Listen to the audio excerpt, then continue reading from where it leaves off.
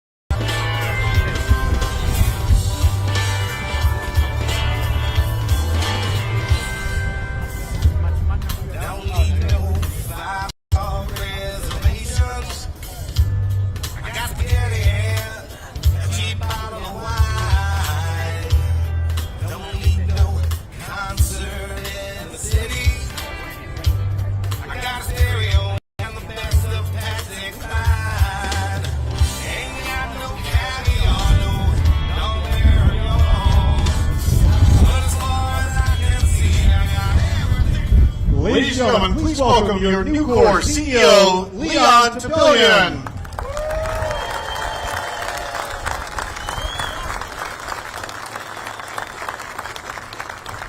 Good afternoon. How are we doing today?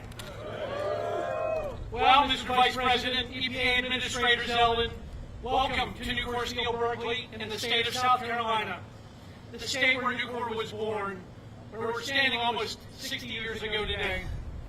We are America's largest steel producer and the largest recycler of any material in North America. Every year, Nucor produces about 25% of the steel consumed in the United States at our 26 steel mills. We are the market leader in 12 of the 14 major with over 300 locations across 40 states in this incredible nation of ours.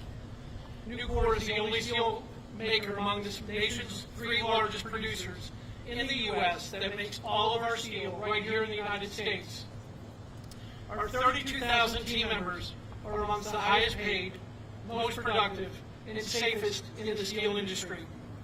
Since President Trump's first term in office, Nucor has invested more than $20 billion to grow our company, creating more than 9,000 direct jobs and over 40,000 indirect. And because of what you, Mr. Vice President, and the President are currently doing in office, Nucor will continue to invest and grow this company, creating brighter futures for those current and future team members, ensuring our nation has the strongest and most diverse steel and steel products available anywhere in the world. I was fortunate enough to start my career right here at Nucor Steel Berkeley.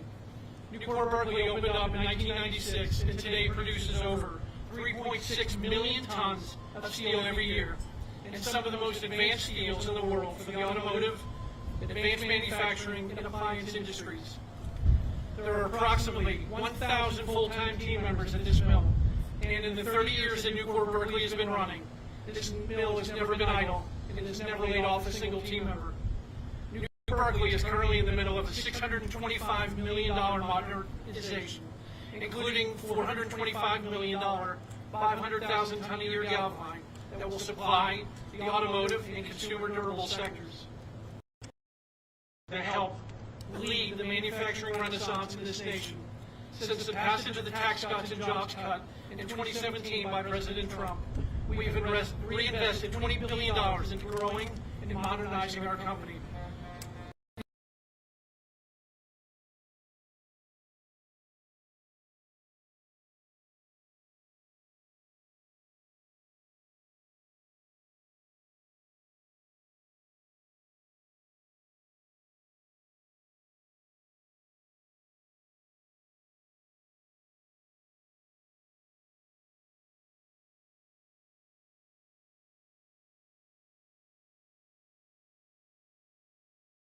Warm welcome to the Vice President and Administrator Zeldin. Please, thank you.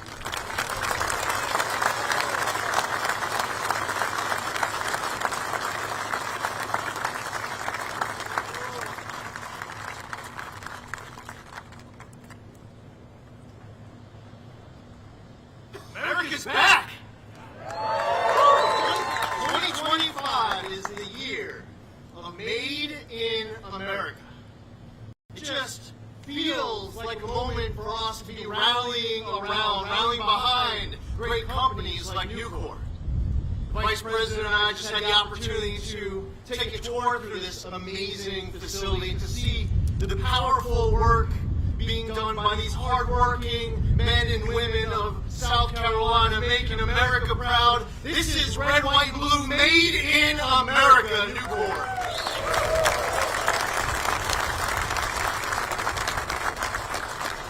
The federal government should be doing nothing but helping American manufacturing. If we're seeing some new law or some regulation, some type of action that comes out of Washington, it should be an action to boost the U.S. economy. It should be an action to boost South Carolina manufacturing. We need to make sure that all of our representatives, all of our fighters in Washington, we know we have it with President Trump. We know we have it with Vice President JD Vance. We need to make sure that everyone in Washington hears us from Charleston, South Carolina today. that Nucor is made in America in 2025 is the year of Made in America.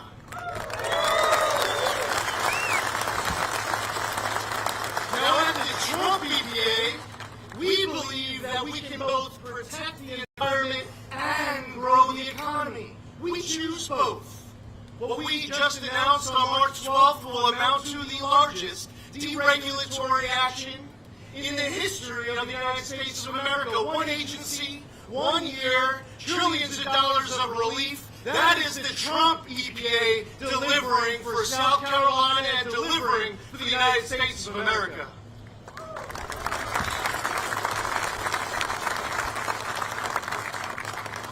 Now, I remember this tragic incident that impacted a small town in Ohio called East Palestine. And this is one of those moments that test the caliber of leadership of our elected officials. It was very telling who wasn't there on site right away, and it was very telling to see who was. And those residents in Ohio learned very quickly that they could pour all their trust and their faith into their junior senator of Ohio, the man who had just taken the oath, but needed no guidance, needed no advice on where he needed to be. He went straight to East Palestine, Ohio, and he has led that community back to greatness, as he is doing now with President Donald Trump to lead America back to greatness. What a great job we have witnessed from our Vice President, JD Vance. Do you agree?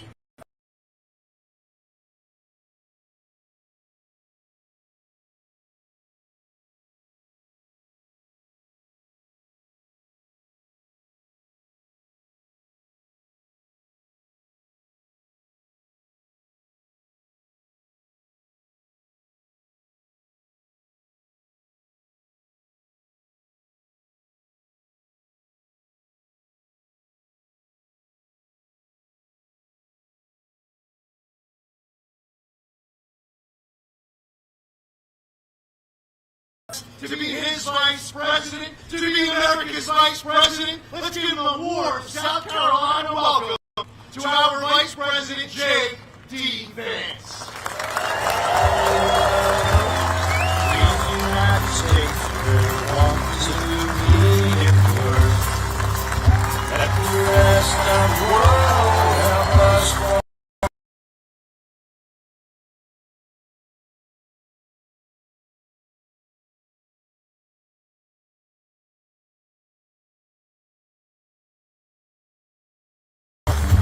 There's things to be done all over the world. Wow, this is a hell of a crowd, a good-looking crowd behind me. Thank you, guys.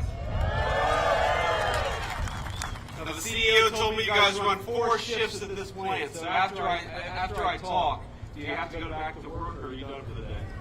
You gotta go back to work? Well, what if I give a 7-hour speech? Do you have to go back to work now? You give a politician a microphone, you never know exactly what's going to happen.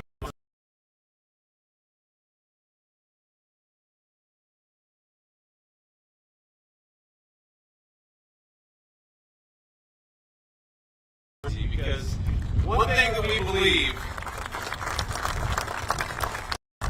there was this idea that happened in the last administration that you couldn't have clean air, clean water, a solid environment, but also growing American industry. President Trump rejects that idea, and he put Zeldin as the guy in charge of implementing that agenda. We can have beautiful skies, we can have clean air, we can have clean water, we can also have good American manufacturing jobs. There's no tension between those two things. Zeldin is the man making it happen. Thank you, Lee.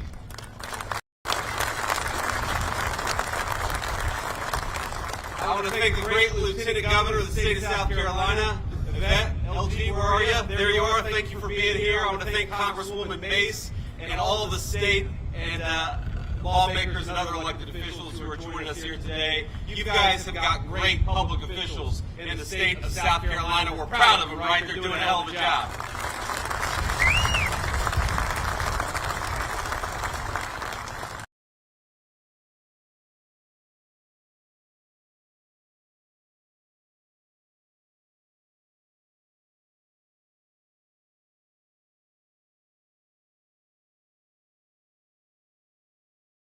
decades, Nucor has been an engine of American industry. The products this company and other steel makers create form the literal foundation of American society. And I know I speak for many in the administration, certainly I speak for the President when I say we're grateful for that.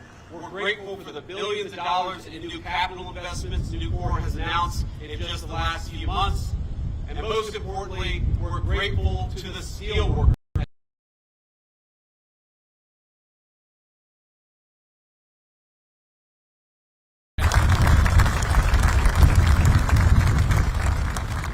I have this great speech prepared, and I'm very excited to give it, but it's very windy out here. And if you see this teleprompter here, it's waving like a beautiful American flag. And so we'll see if I have to go off script here. It'll make the communication staff a little bit nervous, but I got to tell you, you all know the reason why I'm here. Number one, it's to celebrate the great steel workers behind me, in front of me, but it's also to celebrate 100 days of the Trump administration. We hit the 100-day mark, and what a 100-day mark it was.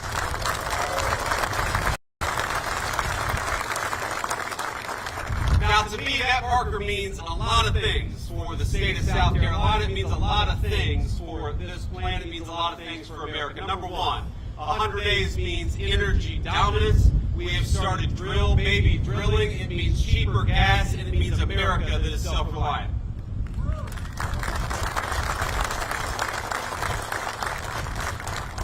This 100 days marks a new thing in the United States.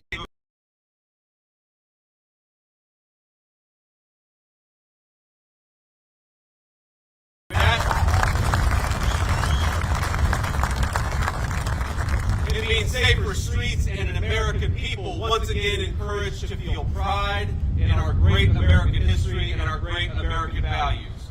But most importantly, 100 days under Donald Trump's leadership marks the beginning of the industrial renaissance in the United States of America. I believe that a golden age of American manufacturing started 100 days ago, and we're building it right here at Nucor Steel in South Carolina.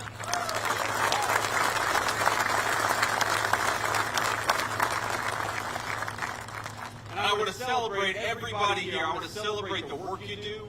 I want to celebrate the investments that this business has made in the United States of America. I want to celebrate the incredible things you build for the United States. It's funny, I got a great plant tour here, and I went to a couple of different places, and one of which they said, you know, if things start to go wrong, press the red button. And I looked over at John, and I looked at Seth, who was giving me the tour, and I said, man, I'm going to cost you guys a lot of money if the vice president comes here and screws up and doesn't press the red button when he's supposed to. And you know what the leadership of this facility told me? They said, you know what, even if the vice president screws up a little bit and costs us some money, we're going to make so much money from Donald Trump.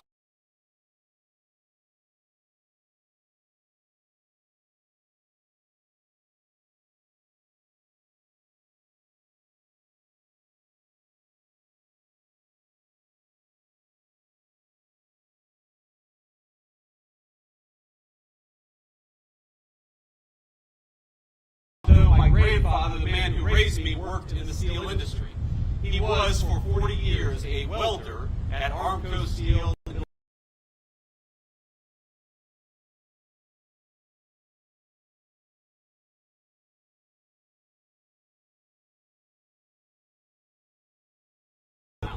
Which had factory jobs that promised three things for their workers: generous wages, stable hours, and a good pension.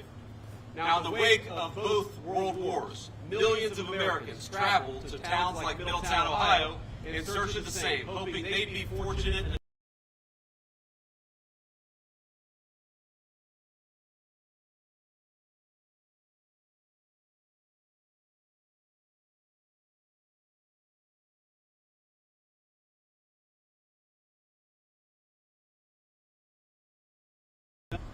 that as a little boy, how much pride he had in what he did. And having met a few workers here at Nucor, I hope you all feel the exact same pride in the steel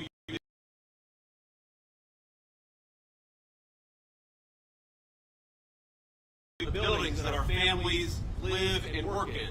when you see a lawnmower, a water heater, a kitchen appliance in your neighbor's homes or in your home.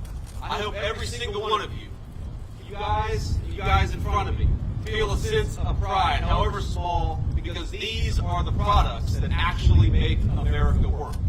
These are the products that make our citizens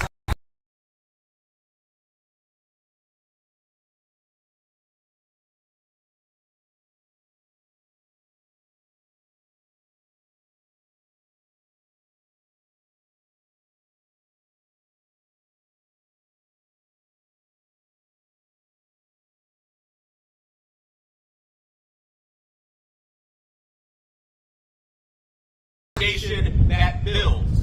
The Empire State Building, the Hoover Dam, the Saturn V, every single one of those great accomplishments were impossible without the might of American industry and, yes, the hard work of American steelworkers.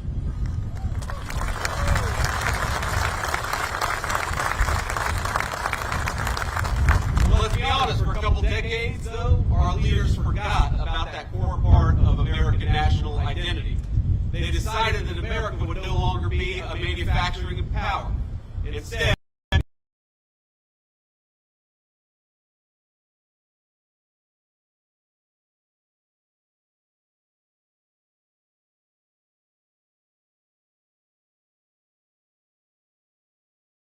the things like steel that you all make right here in Nucor. So we stopped making the things we needed. We stopped making as many cars. We stopped making appliances.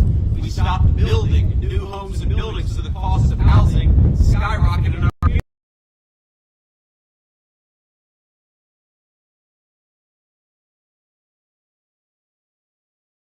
A beautiful, high-tech, Nucor manufacturing facility making great American steel and giving workers good jobs in the process.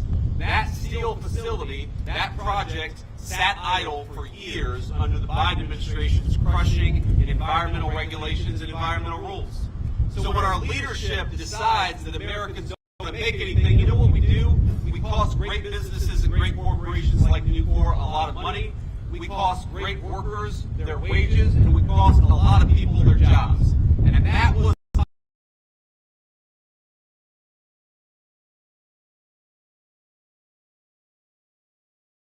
to invest in you, that wants to build the future with you. And when Americans see a beautiful bridge or a beautiful building, we all ought to look at it and say that was made with American hands and built with great American steel, right?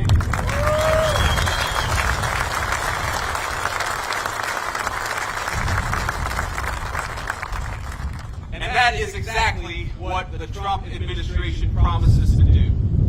Now, I want to say that recently, we should have learned a very hard lesson about what happens when you ship all of your industries and all the things you need to countries that don't like you. Now, I learned that lesson very personally, not steel.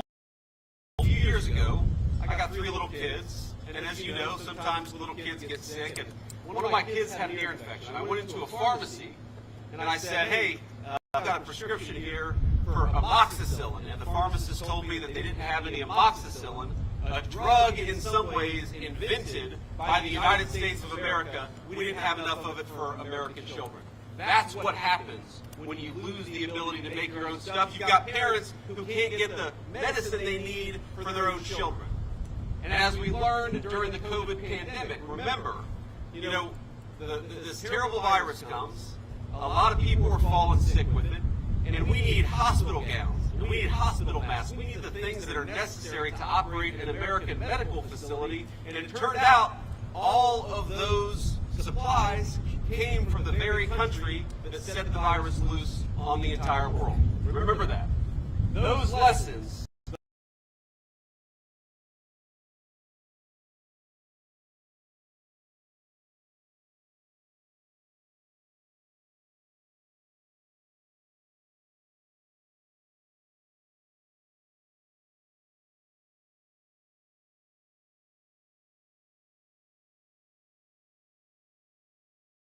products that we make with American steel, and we are never going to allow your job to get shipped off to a country that hates us. We want to protect your jobs, and most importantly, we want to protect the great work you do right here in South Carolina and all across the United States of America.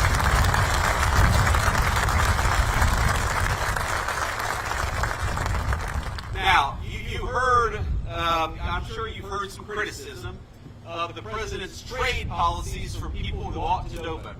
Because if you listen to the American media, or you listen to a lot of politicians in our own country, they seem desperate to forget the very lessons that made Donald J. Trump the 45th and 47th President of the United States of America. Now, they attack us when we implement trade policies that do a very simple thing: rebalance trade in favor of American workers and American businesses instead of foreign workers and foreign corporations. I've talked to people here today who talk about expanding facilities, building new steelmaking facilities because of the trade policies that Donald J. Trump has implemented. And I'll ask all of you, the workers and the corporate leadership assembled here today, a very simple question. Do you want to ship American jobs off to the People's Republic of China? Do you want to rely on foreign corporations to make the things that you need in your homes and your families need every single day? So why don't we rebuild America's middle class? Why don't we rebuild American manufacturing? And why don't we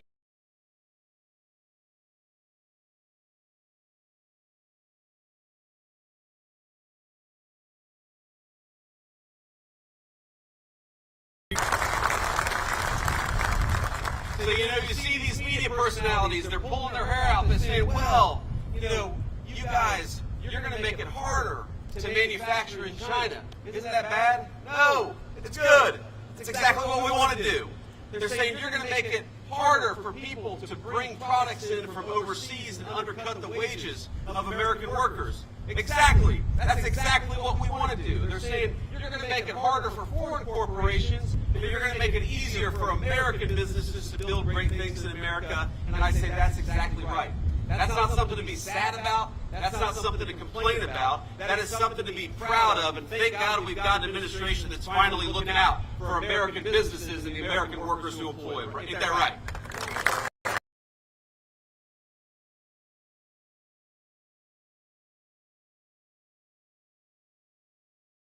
It is such a personally amazing thing for a guy who was born in Middletown, Ohio, who was raised by a 40-year welder at a steel mill, to be able to come to this beautiful facility as the Vice President of the United States. And I can't help thank you.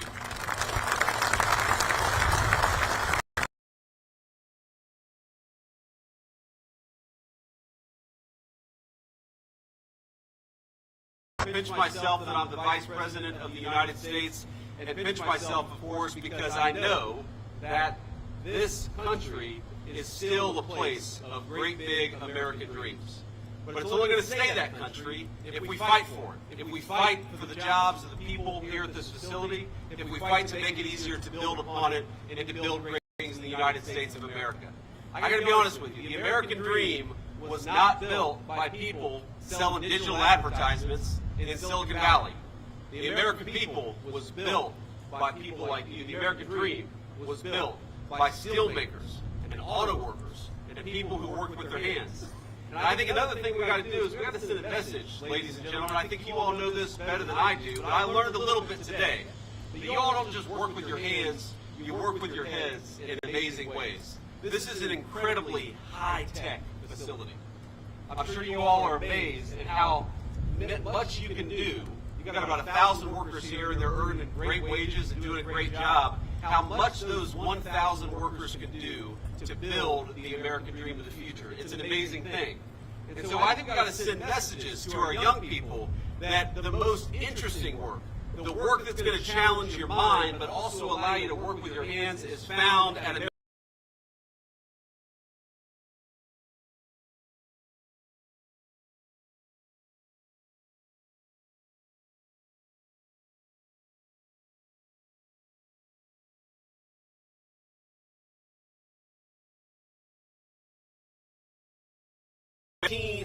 very complicated screens in front of me, and I felt like Homer Simpson. I had no idea what I was going to do. I was like, Seth, you got to get back in this chair, or we're going to cause some serious problems. But what it made me realize is that technology, technology, we use this term, we think about it as the iPhones that we have in our pocket, or the screen that we stare at when a lot of our knowledge workers are going to work. But technology is happening right here at a steelmaking facility in Nucor, in Berkeley, in South Carolina. That's technology of the future. The great technology of the future, I don't think it's going to be people staring at their iPhones. The technology of the future is going to be building great things, but doing it in a new way. Doing it with new, incredible facilities, with safer facilities, with people who know, again, how to use their minds, but also use their hands. And I think that is the high-tech future. People criticize. I get sick sometimes of the press. They say that Donald J. Trump wants to bring back the jobs of the past. And I don't think anything can be further from the truth, because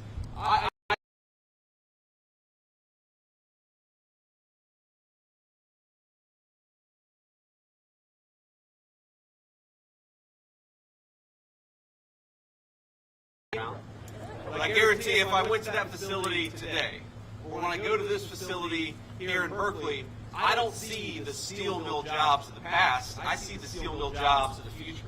I see technology allowing us to do something today that my grandfather, God love him, wasn't doing 40 years ago at Armco Steel in Middletown, Ohio. And I know that's how we're going to win the future. That's how we're going to beat the Chinese. That's how we're going to beat every single competitor that America faces. It's going to be by doing great things like what you're doing here at Nucor Steel. Never let anybody tell you that this is not high tech. This is the highest tech industry maybe that I've ever seen, and you're building the America of the future, not the America of the past.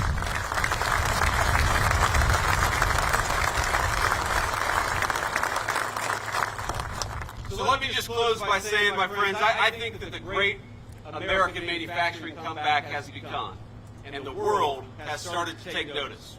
In just 100 days, the president has attracted trillions of dollars in commitments for new investment in America, including some from Nucor Steel. Just yesterday, we saw that business investment in the first quarter of the United States economy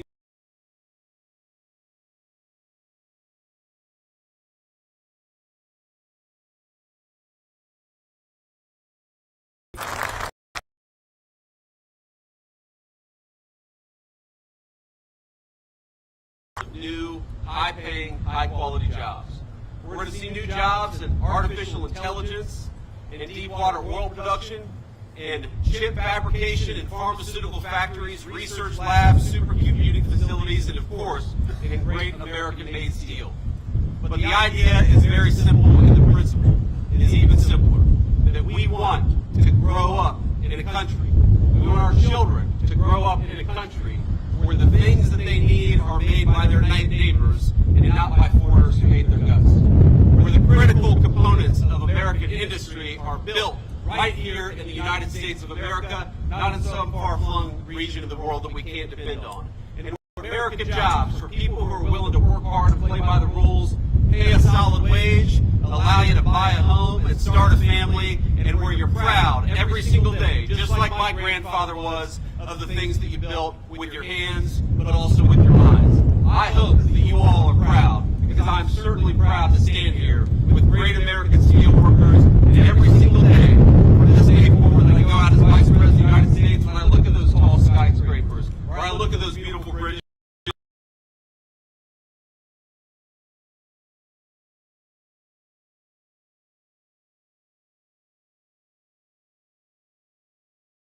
every single day, we got a good start, 100 days. But for the next 1,300 days, President Donald J. Trump and Vice President Vance, we're going to be fighting for you, fighting for your jobs, and fighting for the future that you want to build for your families. God bless you all. Thank you for having me.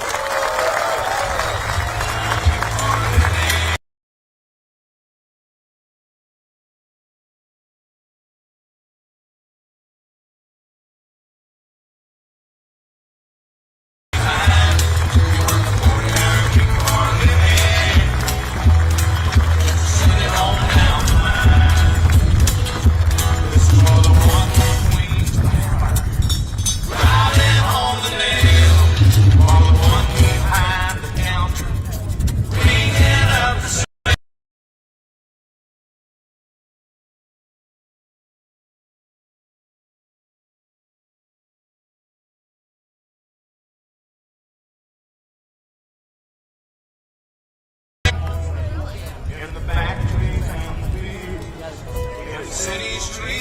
quiet